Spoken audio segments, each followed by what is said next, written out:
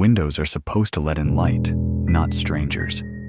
Tonight, we'll hear 3 true stories from people who looked outside and saw something they'll never forget.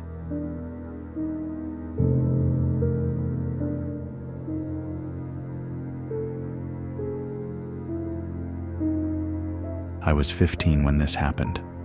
My parents had gone out to dinner one Friday night, and I was home alone. That wasn't unusual. They trusted me by then, and I actually liked it.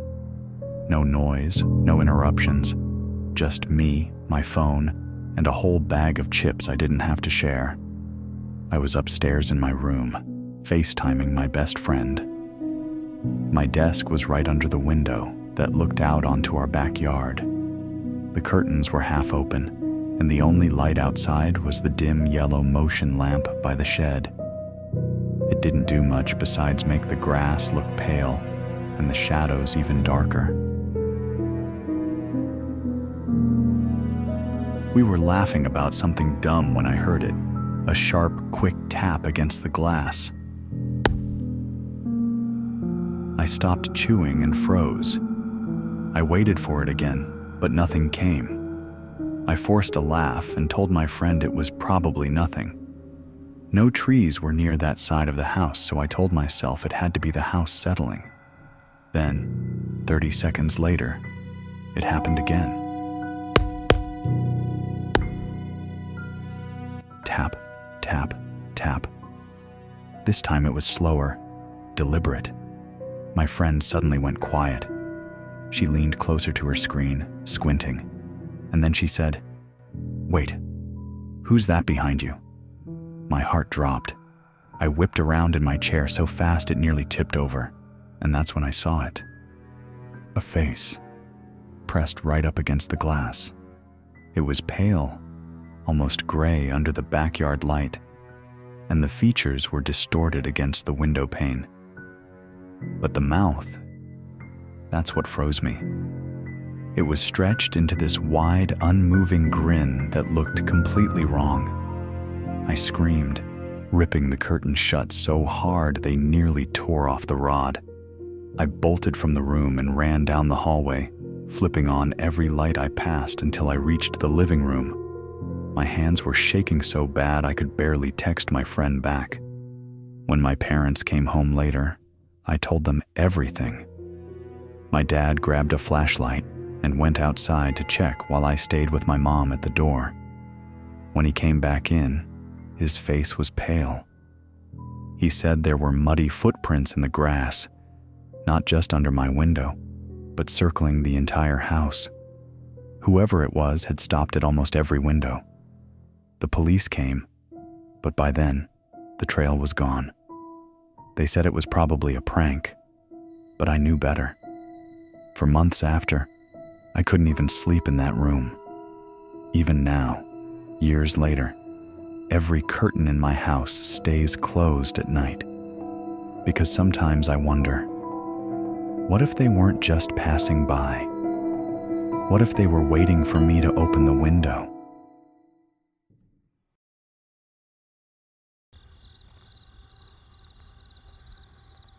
This happened when I was 19. That summer, I was staying with my uncle in rural Iowa, helping him on his farm.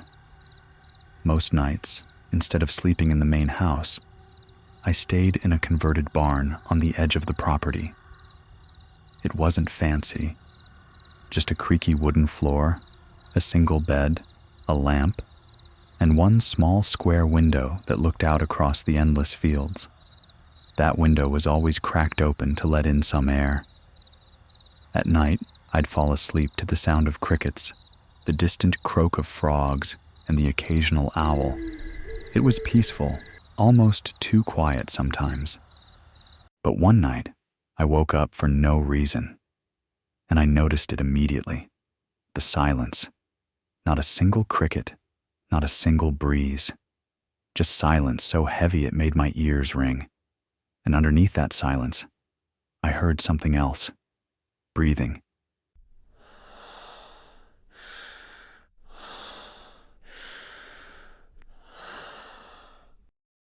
Slow, heavy, deliberate.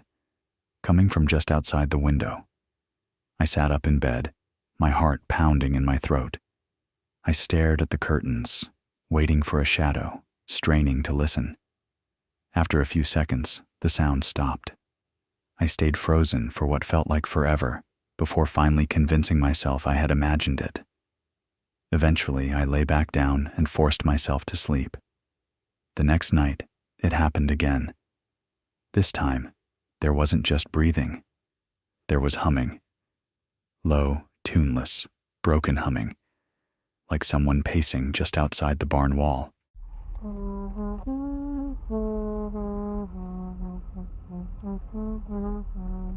In the morning, I told my cousin. He didn't laugh. Instead, he offered to sleep in the barn with me the following night. Around 1 a.m., he shook me awake. His voice was a whisper, panicked. Someone just ducked under the window. We stayed up with the lantern on, clutching the heavy flashlight my uncle kept in the barn, but nothing else happened. A week later, though, it escalated. I woke to the unmistakable creak of the window being pushed open. My eyes snapped to the glass, and I saw it, a hand, dirt-stained, long fingers curling through the gap in the frame. I shot out of bed and slammed the window shut so hard the wood rattled. My cousin grabbed his phone with shaking hands and called the sheriff. Deputies came and searched the area.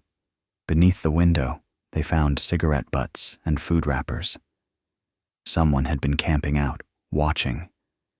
The sheriff mentioned a drifter who'd been reported nearby. But they never found him. The rest of the summer, I barely slept. Every groan of the barn's wood, every gust of wind, made me picture that hand, slowly working its way inside. Even now, years later, I'll still wake up some nights, sweating, convinced I can hear that same low humming outside my window.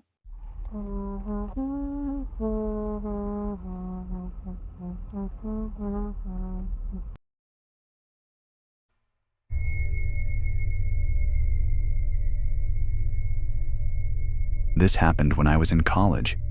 I lived alone in an old brick apartment in Chicago.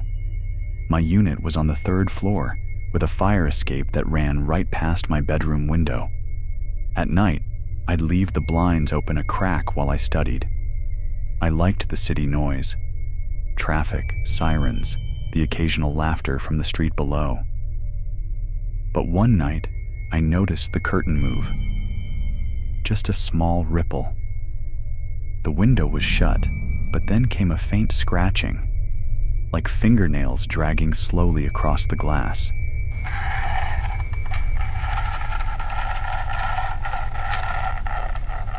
I froze. My heart told me it wasn't the building settling. Someone was out there. The next night, it happened again. Around 2 a.m., I caught movement in the corner of my eye. I turned, and there was a man crouched on the fire escape staring in. His face was inches from the glass. His eyes were wide, his expression blank, like he'd been there watching me for a while. I jumped back and grabbed my phone. By the time building security checked, he was gone. The night after that, I shut the blinds tight and locked the window. Thought that would be enough. But at exactly 3 a.m., I woke to cold air on my face. The window was open halfway. The blinds swayed in the draft. I called the police immediately. They searched the fire escape and found footprints in the dust, leading straight to my window. The landlord later admitted other tenants had complained about a man climbing the fire escapes, but no one had ever caught him. For the rest of the semester, I slept with the window nailed shut, and to this day, even in different apartments, I can't fall asleep with a window open. Because that feeling, waking up to air on my face and realizing someone had already been inside, still chills me to my core.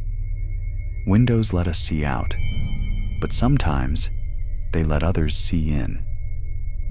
If you've ever had an experience like this, let me know in the comments.